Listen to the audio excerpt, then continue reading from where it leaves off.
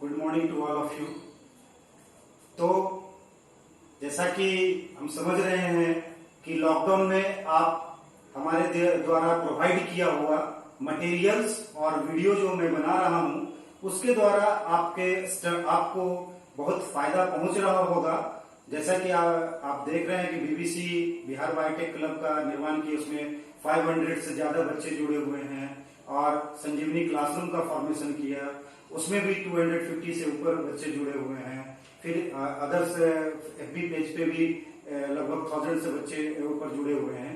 तो विभिन्न माध्यम से मैं आपको इस तरह का वीडियो बना के मैं कोशिश कर रहा हूं कि लॉकडाउन में आपका जो पढ़ाई का गैप है उसको कम से कम नुकसान हो, और जहां तक मेरे तरफ से जो कॉपरेशन हो रहा है मैं करने की कोशिश कर रहा हूं।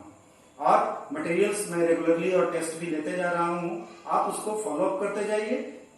मैं समझता हूं कि एक हमारा कंट्रीब्यूशन है आपको इस तरह से महामारी से जूझने में, और हमारे तरफ से जो सहयोग होगा हमेशा मैं आपके साथ बना हुआ हूं।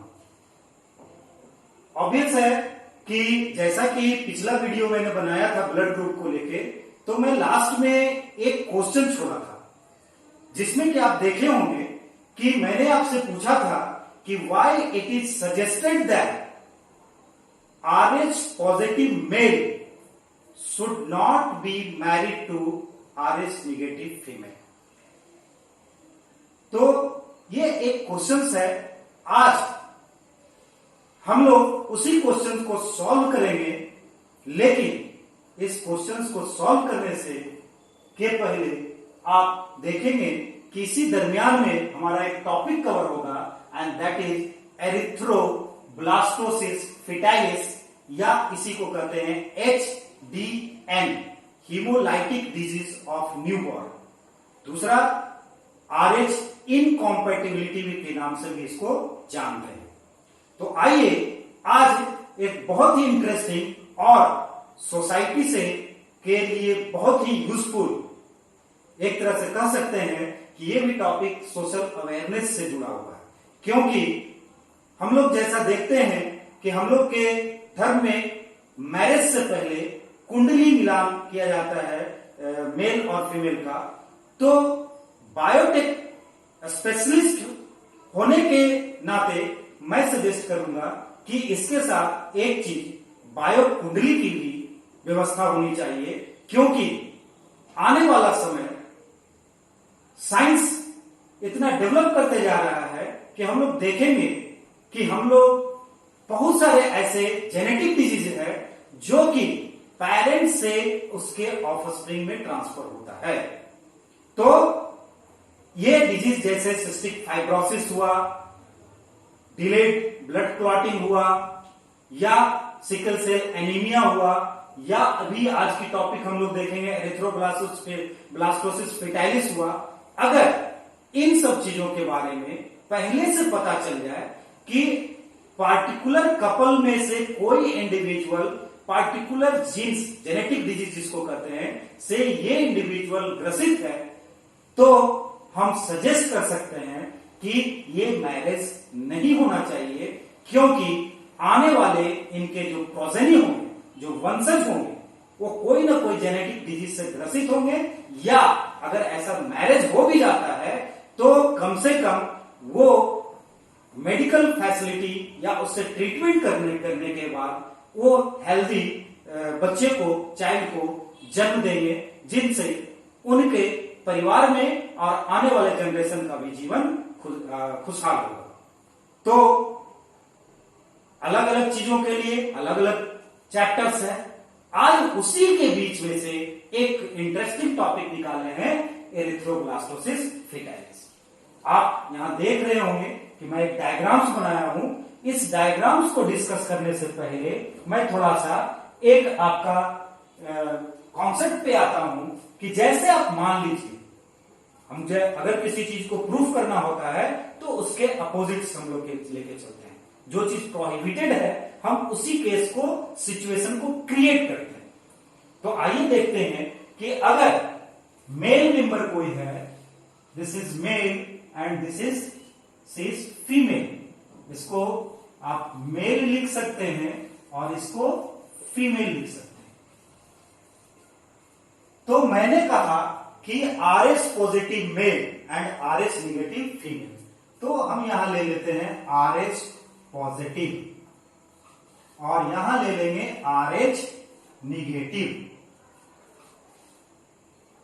अब RH पॉजिटिव कहने का मतलब ये होगा कि जैसे हम लोग पिछले क्लास में कॉम्बिनेशन देखे थे, तो आप समझिए कि हम उसमें सेव किए थे, ए को लिए थे रेड कलर से, बी को लिए थे ग्रीन कलर से और RH को लिए थे ब्लैक कलर से। तो आप सोचिए कि अगर ये मान लिया जाए, सिर्फ ये अगर किसी ये आरबीसी सेल को ये के लिए, तो ये आरबीसी सेल के सरफेस पे अगर ए एंटीजन प्रेजेंट है और इसके साथ कोई और फैक्टर नहीं है, तो दिस इज ए निगेटिव। क्योंकि पॉजिटिव हम बोले थे कि RH होगा तभी हम पॉजिटिव बोलेंगे, ए तो है लेकिन पॉजिटिव नहीं है, तो ये सिर्फ कहलाएगा ए निगेटिव। अगर इसी के साथ RH फैक्टर जोड़ देते हैं तो ये हो गया ए पॉजिटिव। पॉजिटिव करने का मतलब RH फैक्टर भी है और ए एंटीजेंस भी है, this is called a positive. ध्यान रखेंगे। अब अगर इसको निकाल दें और अब इस ग्रीन कलर को डाल देते हैं और अब ये कॉम्बिनेशन बन जाएगा B और RH, this is represented by positive, तो B पॉजिटिव। अगर इसको निकाल देंगे सिर्फ B है तो इसको कहेंगे B निगेटिव। अगर दोनों को हम डाल देते हैं तो ये हो गया AB, but there is absence of RH factor, so AB negative. और इस AB निगेटिव के साथ RH को भी जोड़ देते हैं, so now this is called AB positive. ध्यान रखिएगा, A positive A negative, B positive B negative, AB positive AB negative. अगर ये तीनों नहीं रहेगा तो ये अब कुछ नहीं है, तो O निगेटिव और इसके साथ सिर्फ RH फैक्टर रहेगा। A और B नहीं है, सिर्फ आपका क्या है RH है, तो सिर्फ RH रहेगा, this is called O positive. तो इस तरह से हम डिफरेंट कॉम्बिनेशन देखे, तो जितना भी टोटल 8 कॉम्बिनेशन इस तरह से बना, इस 8 कॉम्बिनेशन में जितना भी पॉजिटिव है, A positive B positive AB positive and O positive, ये चारों इधर आप ले सकते हैं, कोई भी ले लें, चारों में से कोई भी कॉम्बिनेशन। इधर A negative B negative AB negative और O निगेटिव, ये सारा इसमें एक कॉम्बिनेशन।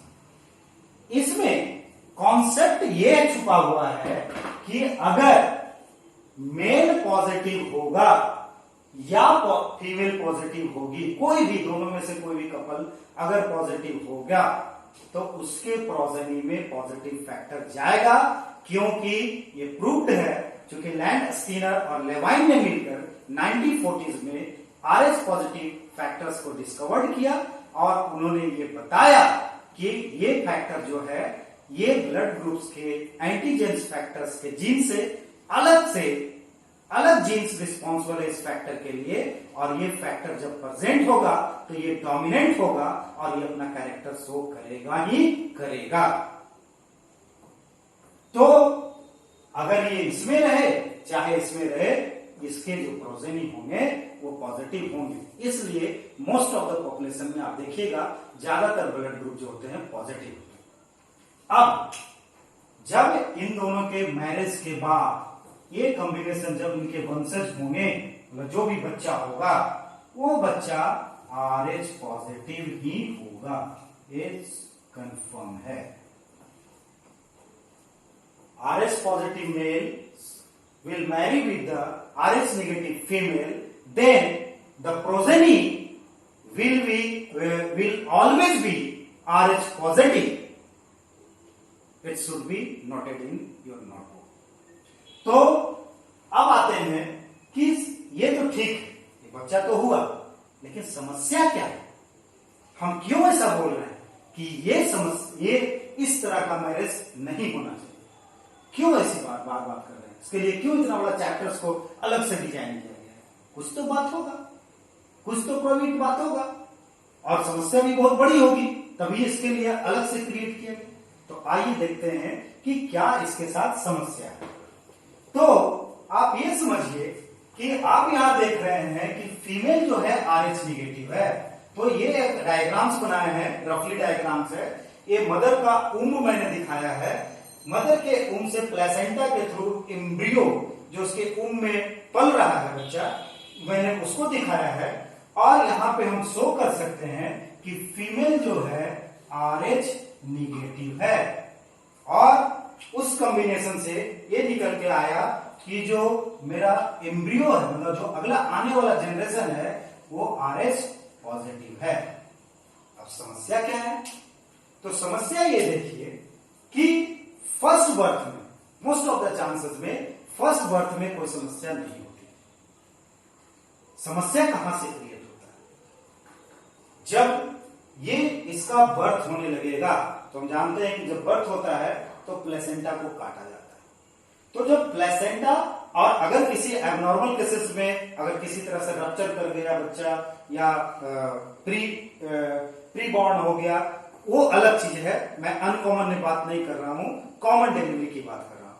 तो नॉर्मल डिलीवरी जब होता है, तो जब बच्चा बर्थ लेता है, तो प्लेसेंटल रप्चर के कारण अगर कुछ RH पॉजिटिव इसके जो आरबीसी हैं, ये आरबीसी इसके थ्रू जब ये कट करेंगे यहां से, ठीक है, कट करेंगे तो कुछ हो सके RH पॉजिटिव जो सेल्स हैं, आरबीसी सेल्स हैं, ये आरबीसी सेल्स एक्सपोज्ड हो जाएगा किससे? मैटरनल ब्लड सिस्टम से, ब्लड सर्कुलेशन में। और जैसा कि हम लोग पहले ही पढ़ चुके हैं कि हमारा सिस्टम कभी भी नॉन सेल्फ मॉलिक्यूल्स को रहने नहीं देगा, और उसके लिए स्पेसिफिक इम्यून सिस्टम काम करता है, और वो स्पेसिफिक इम्यून सिस्टम एक पार्टिकुलर एंटीबॉडी का निर्माण करेगा, और ये एंटीबॉडी जाके इस एंटीजन से बाइंड करके इसको डिस्ट्रॉय करेगा। ऑब्वियस है, जब इसको डिस्ट्रॉय करेगा तो ये भी सेल लाइस करेगा। तो जब इसकी सेल की लाइसिस हो, तो होता क्या है? सिचुएशन को समझिए। जब ये RBC cells, RH positive cells जब जाएगा, और ये जो पार्टिकुलर इंडिविजुअल है, पिछले चार्ट में आप देखिएगा, बहुत अच्छे से मैंने एक्सप्लेन किया था। तो इस इंडिविजुअल के पास चाहे तो ये A निगेटिव होगा, B निगेटिव होगा, AB निगेटिव होगी, या आपका ये O निगेटिव होगी। तो इसके लिए RH फैक्टर जो है ये नॉन सेल्फ मॉलिक्यूल, और नॉन सेल्फ मॉलिक्यूल के अगेंस्ट में ये सिस्टम, इसकी सिस्टम जो है ये एंटीबॉडी बनाएगा, और वो एंटीबॉडी जाके बाइंड करके इस फीटल सेल्स को डिस्ट्रॉय करने की कोशिश करेगा। तब तक तो ये बर्थ हो जाएगा, तो पहला बच्चा मोर और लेस जो है वो सेफ रह जाता है। लेकिन जब सेकेंड डिलीवरी का, मतलब सेकेंड इश्यूज का चांस बनेगा, उस समय क्या होगा? चूंकि इसके RH फैक्टर, जो RH ब्लड सेल्स जो थे, आरबीसी थे, वो एक्सपोज हो गया इस सिस्टम में, तो उसके अंदर में बहुत सारा, चूंकि हम जानते हैं, पहले भी आपको बताए थे कि हमारे पास 5 सब टाइप्स हैं, और IgG एक ऐसा एंटीबॉडी है जो प्लेसेंटा को क्रॉस करता है। तो जब ये ब्लड सेल्स उसमें जाएगा सिस्टम में, तो देखेगा कि ये तो फॉरेन मॉलिक्यूल आ गया, नॉन सेल्फ मॉलिक्यूल आ गया, फटाफट फटाफट फटाफट उसमें क्या होगा? बनना शुरू हो जाएगा एंटीबॉडी इसके अगेंस्ट में, RH फैक्टर के अगेंस्ट। जब दूसरा इशूज, जब ये कंसीव करेगी सेकंड चाइल्ड, तो ऑब्वियस है कि फिर यही कॉम्बिनेशन होगा, और इसी कॉम्बिनेशन में अगला चाइल्ड भी इसका क्या होगा? पॉजिटिव ही होगा। और जब अब यहां से मैटरनल ब्लड से जब जाएगा, तो यहां क्या होगा? एंटीबॉडीज इसमें आना शुरू कर दे, और जब प्लेसेंटा को क्रॉस करके एंटीबॉडी जाने लगेगा, तो उस बच्चे के जितने भी मान लिया जाए ये RH फैक्टर्स है और एंटीबॉडी बनेगा, ये जाके बाइंड करके आरबीसी को लाइज कर देगा और ये एनीमिया क्योंकि वहां पे क्रिएशन हो जाएगा इम्यून कॉम्पैटिबिलिटी। समझिएगा इस चीज को, there is the formation of immune compatibility between foetus and mother और इस इम्यून कॉम्पैटिबिलिटी के कारण जो एंटीबॉडीज है ये उसके आरबीसी सेल को डिस्ट्रॉय करने लगेगा। जैसा कि पहले बताए थे कि आरबीसी का काम है ऑक्सीजन को कैरी करना और जब ऑक्सीजन की कमी होगी तो वो एनीमिक हो जाएगा, समस्या तो होगी। तो इस तरह से ज्यादातर चांस में क्या होगा, सेकेंड बर्थ मतलब इसको डिस्ट्रॉय कर देगा और बच्चा होने में प्रॉब्लम्स। अभी तक का जो डेटा है ये डेटा कहता है कि जितने भी ह्यूमन प्रेगनेंसी हैं उसमें से 10% जो चांसेस हैं वो इस तरह के एरिथ्रोब्लास्टोसिस फिटालिस या एचडीएन या RH इनकॉम्पेटिबिलिटी के केस। लेकिन अच्छी बात यह है कि लेस देन 0.5% ही अभी तक जो ये रिकॉर्ड किया जाता है कि एनीमिक हो पाता है। तो ये जो रेशियोस कमता है उसके पीछे मेडिकल फैसिलिटीज, अवेयरनेस और कई तरह की चीजें हैं।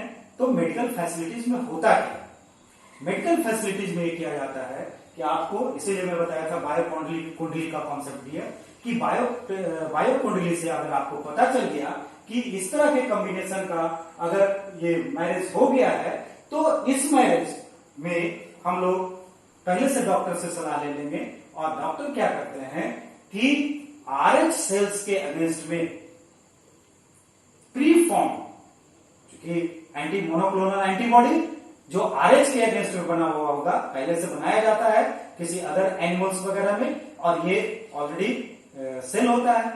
तो एंटी RH एंटीबॉडीज जिस समय बच्चे का बर्थ होना है तो ड्यूरिंग डिलीवरी से जस्ट थोड़ा सा पहले क्या कर दिया जाता है, RH antibody, anti RH antibody इसमें इन मदर्स में इंजेक्ट कर दिया जाता है।